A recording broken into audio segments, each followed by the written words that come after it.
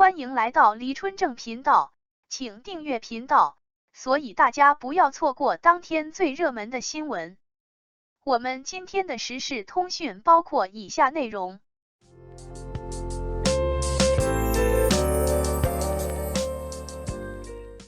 金鸡提名中被严重低估的王一博，文武双全的顶级表现力。延迟看第37届金鸡奖提名名单。听说这份重磅名单在部分地区很是引起了激烈的讨论。豆瓣上关于金鸡奖提名年轻化和某些遗珠影片未能入选的言论此起彼伏，但就我最近局外人的身份看，和真正引起争议的百花相比，粉圈外对金鸡奖提名的整体认可度依旧相对颇高。尤其是在《满江红》万里归途孤注一掷剧组没有发百花提名的庆祝微博，却都发了金鸡提名的情况下，今年百花奖的风评更是岌岌可危了。关于金鸡奖讨论最激烈的莫过于演员奖项，尤其是影帝提名。在过去1周多时间里，所有影帝提名的讨论中，不论是造势也好，真心分析也罢，王一博因为其流量身份都是被严重低估的一位。有些人不太理解为什么一个二番的角色越过众所皆知的演技派黄渤提名，有些人则不太明白为什么陈硕这种年轻角色也会竞争影帝。总之，理由很多，豆瓣票组里震耳欲聋的为什么从未缺席，虽然红薯和抖音上则弥漫着去年就该拿了的另一种声音。持有疑惑的人，其实是低估了《热烈》这部电影和陈硕这个角色的难度及艺术分量。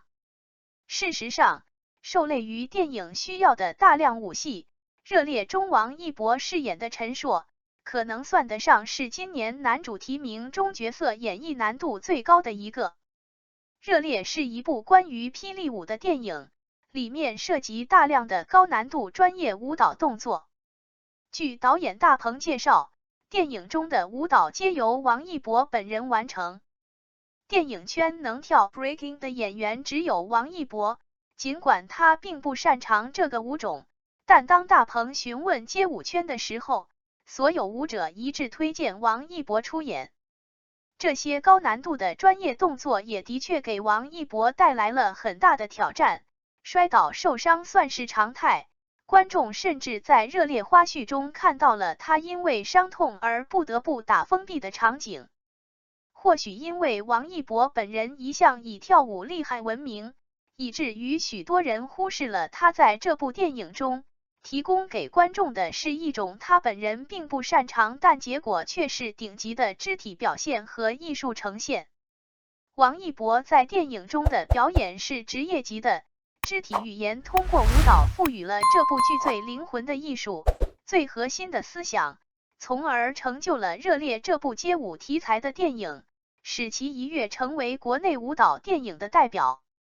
既往也有类似《热烈》这样的电影，如《舞动人生》中，男主角扮演者杰米贝尔是一名专业的踢踏舞者，凭借优秀的表演和肢体呈现，他最终拿下第54届英国电影和电视艺术学院奖最佳男主角奖。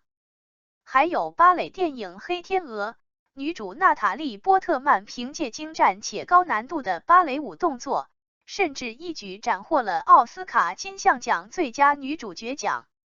艺术的表现不止喜怒哀乐和台词，在演员的基本功声台形表当中，声乐和台词是对声音的运用和语言的表达，表演是通过动作和表情来传达情感和故事，而形体则是身体的控制和运用。评判一个演员的表现，不仅仅看他的台词和表情，还有他的形体动作，而王一博在电影《热烈》中贡献出的是顶级的身体表现力和职业的角色塑造。可以这样说，王一博在《热烈》中的武戏部分含金量十足，甚至可以做到傲视整个评奖期的所有男演员。整部电影的框架都是由这些高难度的职业级动作构造而成的，然后再往其中填入感情和故事。而这些填充的感情和故事，其中最打动人心的是陈硕的执着追梦和血缘亲情。没错，陈硕在热烈中突出的不只是武戏，他的文戏表现亦是不容小觑。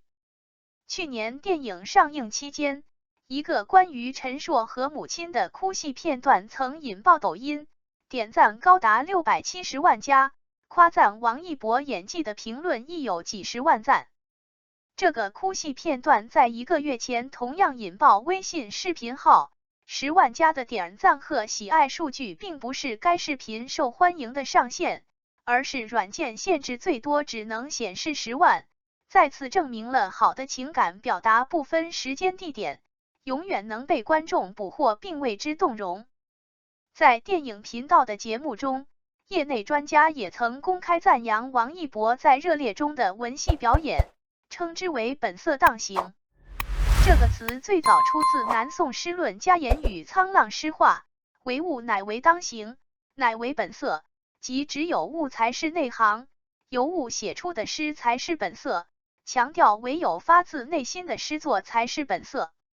清代刘体仁甚至将词人李清照推为古今本色当行第一人。后来这个词被用在比诗词形式更加灵活自由的元曲身上，关汉卿就是戏曲史上本色当行的代表人物。明代王继德在《曲律》中曾言：曲之始，指本色一家，点明了本色在戏曲创作中的超然地位。这里的本色同臧茂寻元曲选序中的人习其方言，是消其本色是一个意思，都是强调用切合人物性格、身份、境遇的语言来表现人与事的真实面貌。当行在戏曲发展中则逐渐有了更加广泛的寓意，生、旦、净、末、丑，不论是老生、小生、武生，还是青衣、老旦、花旦、刀马旦，每一行当的表演及角色创造都要真实传神，符合剧中人物的年龄、身份、性格、职业及剧情发展，既要严格遵守该行的规范，也要符合人物内在的心理逻辑，才可谓之当行。本色当行原是评价诗词戏曲的用语，业内在这里借鉴用来评价王一博在热烈电影中的表演，内行、细腻、真实、自然，没有任何表演痕迹，却十足打动人心。用专家的原话来说，王一博不是在表演，而是在呼吸和生活。这个评价非常高，因为没有表演痕迹的表演向来是最高级的，也是业内最欣赏的。许多演技炸裂的科班生皆折戟沉沙于此，深陷在表演套路化的魔咒之中。去年王一博提名金鸡男配的叶先生，如颁奖词所说的，融合着自身浪漫而高贵的气质，而今年提名金鸡男主的陈硕，和既往的角色风格迥然不同，角色更加质朴接地气，表演更加自然生活化，这或许是他这个非科班演员的优势之一。所以说，对今年王一博提名金鸡奖影帝迟疑的人，根本不了解陈硕这个角色的难度和艺术效果。这是一个要求演员文武双全的角色，需要职业级的舞蹈塑造和自然生动的文戏，二者缺一不可。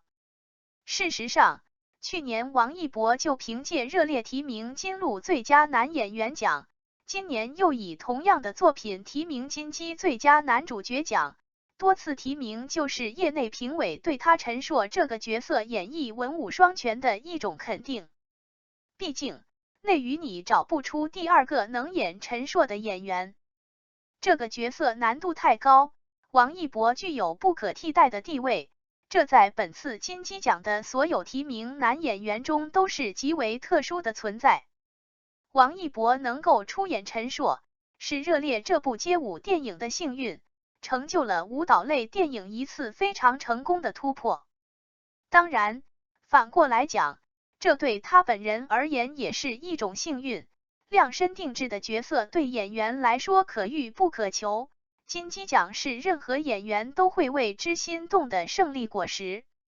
从我个人的欣赏角度来讲，是真心希望热烈陈硕能够在金鸡奖上有所收获的，毕竟能够同时扛下职业动作塑造和引人共情文戏的演员屈指可数，更何况他还这么年轻。当然，我也知道这很难，同样也是因为年轻。今年金鸡奖提名其实很有趣，让人很难第一时间预测结果。王一博、金巴、雷佳音都是去年金鸡的老朋友，只是去年他们提的是男配，今年提的是男主，以至于有网友开玩笑说金鸡玩的是养成游戏。沈腾是今年百花落选时全网遗憾的好演员，林保怡去年在《白日之下》中贡献了十分精彩的表演，而彭昱畅则是今年外号金鸡前哨金鹿奖的获得者。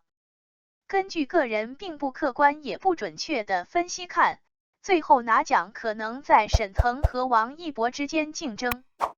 雷佳音在第20条中的表现中规中矩，角色戏份都不够出彩，表演也无太多难度和突破。彭昱畅虽然在电影后半段的表现有痕迹太过嫌疑，但整体而言他在电影中的表现不错，只是同剧组的李庚希表现比他更好，李庚希有望拿下今年的女主奖，那么彭昱畅同时拿男主奖的概率就大大降低。沈腾在《飞驰人生2》中的表现比第一部好，虽然表演方式并无突破，但今年百花奖剔除沈腾让我私心很是不爽，希望金鸡能够弥补。历年金鸡奖都是优秀演员之间的沉默厮杀，今年比较特别的一点是，青年演员提名的占比不低。本次影帝影后提名中共有5位年轻人，王一博、彭昱畅、张子枫、李庚希、周美君。他们中年龄最大的彭昱畅刚过完30岁生日，最小的周美君则刚过完20岁生日，明显能看出金鸡奖对于电影新人的鼓励和期许。人才的梯队培养自是必要，从香港娱乐圈落寞中便能得到足够的教训。千帆竞渡，百舸争流，希望优秀的演员们，尤其是年轻的演员，都能得偿所愿，不负韶华。